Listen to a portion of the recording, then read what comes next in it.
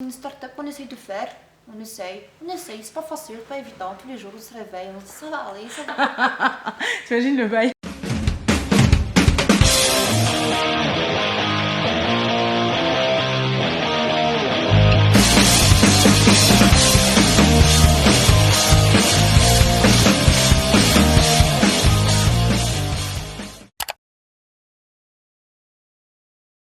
Continuous learning journey, c'est toujours quelque chose qui est en constant changement en fin de compte, parce que quand on est entrepreneur, c'est parce qu'on a envie de changer le monde. Travailler tous les matins avec cette boule au ventre qui te drive au point que tu te dises, même si tu es fatigué, même si tu n'en peux plus, même si tu as travaillé jusqu'à 3h du matin, le matin tu vas te réveiller et tu vas encore donner tout ce que tu as. Donc pour moi, l'entrepreneuriat, c'est pas un job, c'est une mission de vie. J'aurais pas pu faire autre chose en fait. Donc ouais, quand on vit ça, quand on vit ce moment où justement on n'arrive plus à se lever et on se regarde, on se dit mais pourquoi je suis ici, je suis censée faire quoi sur cette terre, c'est là qu'on a un wake-up call et qu'on se dit ok, je pense qu'on est tous là pour faire quelque chose qui a du sens. On a besoin de sens. On a besoin de sens dans notre vie, on a besoin de sens dans les choses qu'on entreprend, dans les choses qu'on fait. Big Rhetor, tout simplement, c'est une société, c'est une start-up qu'on vient de lancer qui a pour mission de rendre les entreprises plus inclusives. Parce que de mon expérience en tant que femme avec des cheveux crôlés et un prénom comme le mien, j'ai eu des expériences dans ma vie effectivement qui m'ont montré que les entreprises ne sont pas toujours inclusives, discriminent, excluent. J'ai déjà eu des expériences pas très chouettes qui m'ont poussée justement à me dire qu'aujourd'hui, la moindre des choses, c'est que tout le monde ait les mêmes chances. Et donc pour mettre ça en place, pour comment on s'assure justement qu'en fait tout le monde a les mêmes chances, de un, on s'assure qu'il y ait des entreprises qui forment les gens pour que les gens ont les compétences nécessaires, et de deux, que les entreprises puissent pouvoir aujourd'hui avoir des processus et des méthodologies claires et des technologies aussi qui les aident à pouvoir justement être beaucoup plus objectives, à pouvoir réduire au maximum leurs billets, parce qu'on est tous biaisés. On a tous des billets aujourd'hui qui font peut-être qu'on a plus d'affinité avec quelqu'un, peut-être qu'on a des stéréotypes, et je pense que tout le monde ici a au moins un stéréotype qui pourrait dire. Donc ouais, de leur donner les technologies nécessaires pour justement avoir toute la data dont ils ont besoin pour qu'on juge les gens sur leurs compétences et sur leurs compétences seulement. Je m'en fous de savoir si tu t'appelles Mohamed, si tu es un homme, si tu es une femme, si tu as 40 ans, si tu en as 12. Si tu sais faire le job, je t'engage pour faire le job. Et c'est ça qu'on veut faire. Et une fois que tu es engagé, comment tu t'assures que tu te sentes bien, que tu te sentes accepté, que tu te sens safe dans la boîte, ça aussi c'est super important. Parce que c'est bien d'attirer les gens, mais après il faut pouvoir les retenir, il faut pouvoir les mettre en valeur, il faut pouvoir comprendre leurs spécificités, comprendre leurs différences et accepter leurs différences. On ne parle pas d'intégration, on parle d'inclusion. L'intégration, c'est pouvoir dire à quelqu'un, tu viens chez nous et tu t'adaptes à nos normes. L'inclusion, c'est pouvoir dire, tu viens chez nous et nous, on s'adapte à toi, à tes différences, on va mettre qui tu es en valeur. Et donc, c'est vraiment là-dessus que nous, on bosse avec les entreprises aujourd'hui.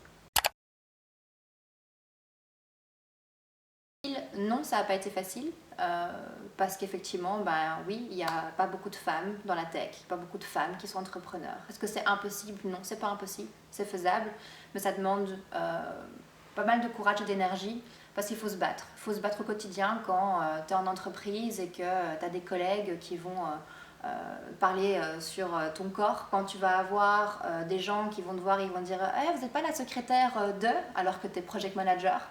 Donc non, c'est pas quelque chose de facile, mais c'est pas impossible. Il y a de plus en plus aujourd'hui d'associations, de groupes, de communautés qui se créent justement, qui mettent les femmes en valeur, qui poussent les femmes justement à pouvoir faire en sorte qu'elles puissent pouvoir développer leur potentiel, prendre confiance en elles et se lancer, parce qu'aujourd'hui il n'y a pas de raison que les femmes ne se lancent pas. C'est que pour moi par exemple, personnellement, j'ai pas eu d'exemple.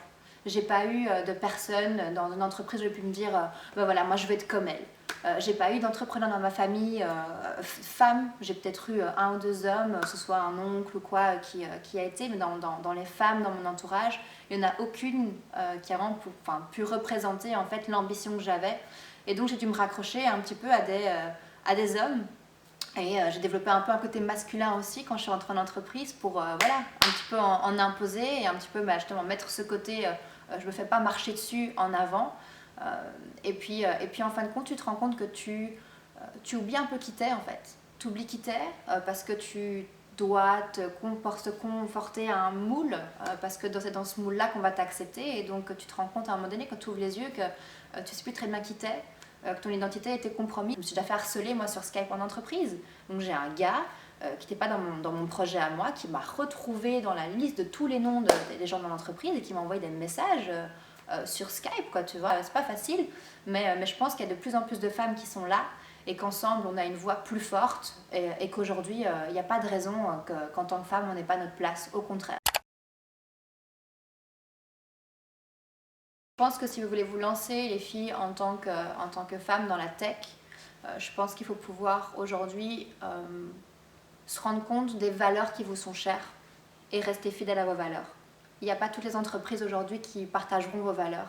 Et donc vous ne devez pas aller dans une entreprise qui ne vous respectera pas. Parce que il vous faut effectivement un job. Non, je pense que c'est en vous respectant d'abord vous que vous allez pouvoir vous faire respecter aussi dans une entreprise qui vous mettra en valeur pour qui vous êtes. Et pour ce que vous croyez et pour ce que vous savez faire. C'est super important. Ne vous réduisez pas à faire des choses que vous ne voulez pas faire ou à être quelqu'un que vous ne voulez pas être. Et donc ça, il faut pouvoir le comprendre, il faut pouvoir aujourd'hui prendre conscience parce qu'il y a beaucoup de jeunes filles que je rencontre qui viennent me voir et qui ne savent pas négocier leur salaire, qui ne savent pas comment se vendre en interview, qui ne savent pas, qui ne sont pas toujours confortables non plus avec leur corps, comment je vais m'habiller, est-ce que je mets une photo, oui, non, est-ce parce que j'ai le voile, est-ce qu'ils vont m'accepter ou pas. Je pense que c'est hyper important aujourd'hui que vous puissiez dans cette prise de confiance en vous, justement, arriver à vous dire j'ai le droit de négocier mon salaire. J'ai le droit de pouvoir effectivement mettre ma photo parce que mes compétences vont prouver que je peux me faire engager. Et que si vous avez une entreprise qui ne vous répond pas ou qui vous dit excusez, le foulard ça passera pas, eh ben c'est pas grave, il y aura une autre entreprise qui vous verra tel que vous êtes, pour qui vous êtes et qui vous prendra parce que vous savez faire le taf. Et donc une dernière chose que Rémi Gaillard nous a tous inculqué, c'est en faisant n'importe quoi qu'on devient n'importe qui. Vous voulez pas être n'importe qui. Du coup, j'ai plus de chat. Donc, c'est me, myself and I, every day, all day. Ce qui fait que, ouais, il y a des fois où je suis au bureau à 7h, 8h et je quitte le bureau à minuit, 1h, 2h, 3h, jusqu'au moment où j'ai fini, quoi. Et c'est pas grave. Le seul truc pour moi qui est genre non négociable dans ma vie personnelle, en fait, c'est le fait de bien manger et d'aller au sport. Donc voilà, moi, il faut que j'aille au sport. C'est obligatoire. Donc là, maintenant, les salles de sport sont fermées, donc j'en peux vraiment plus, mais on garde le smile, hein, ça va aller. Donc j'ai des kettlebells chez moi, j'ai des poids et donc tous les matins je vide toute la rage, toute l'énergie que j'ai dans le sport, comme ça au moins quand je suis au bureau je suis focus pendant les 8h, 10h, 12h, 14h dont j'ai besoin. Et puis quand j'ai envie de pouvoir me faire plaisir, voilà, je vous dis, je vais peut-être me faire une journée spa, une journée dodo sous la couette en mode hibernation, une journée où je vais me faire peut-être un resto, où on faisait des restos, c'était la bonne époque. Des ciné, des bowling, maintenant on se fait des soirées Netflix. Pour moi c'est ça l'équilibre, c'est le sport, c'est bien manger et c'est pouvoir se dire que demain le monde sera meilleur qu'aujourd'hui.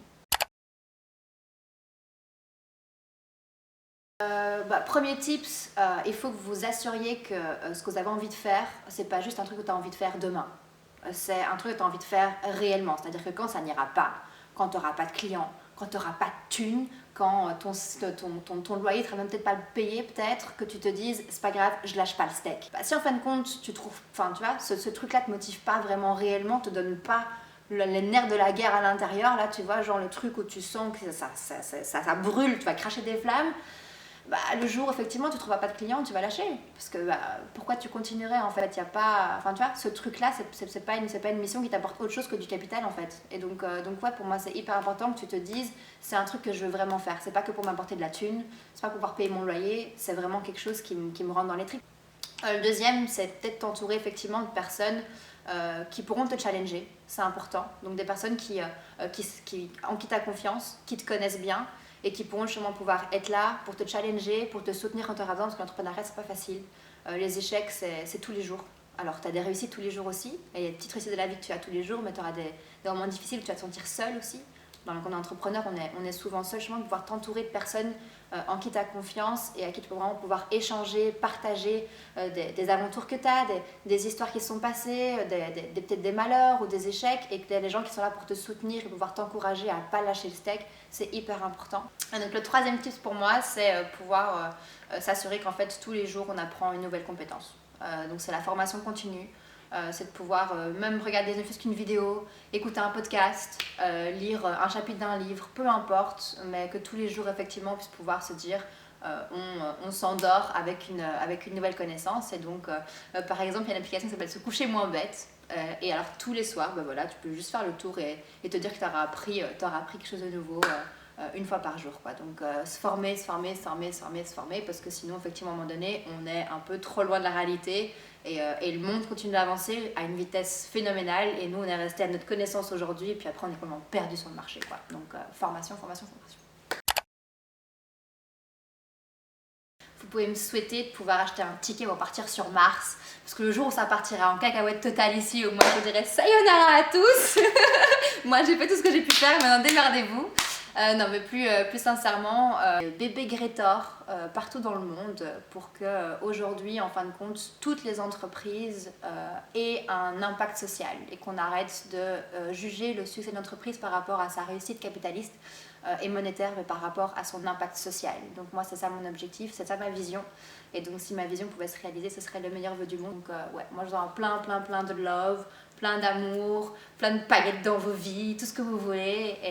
Et par rapport à moi, ouais, un yacht, souhaitez-moi de pouvoir m'acheter une île, de m'acheter une grosse baraque, on fera des pool parties. Non, je rigole. Mais par contre, j'adore écrire, donc peut-être qu'un jour je sortirai un livre. Alors là, je compte sur vous pour pouvoir venir faire semblant que vous voulez un autographe et je ferai regardez, j'ai trop de fans et tout. Donc voilà.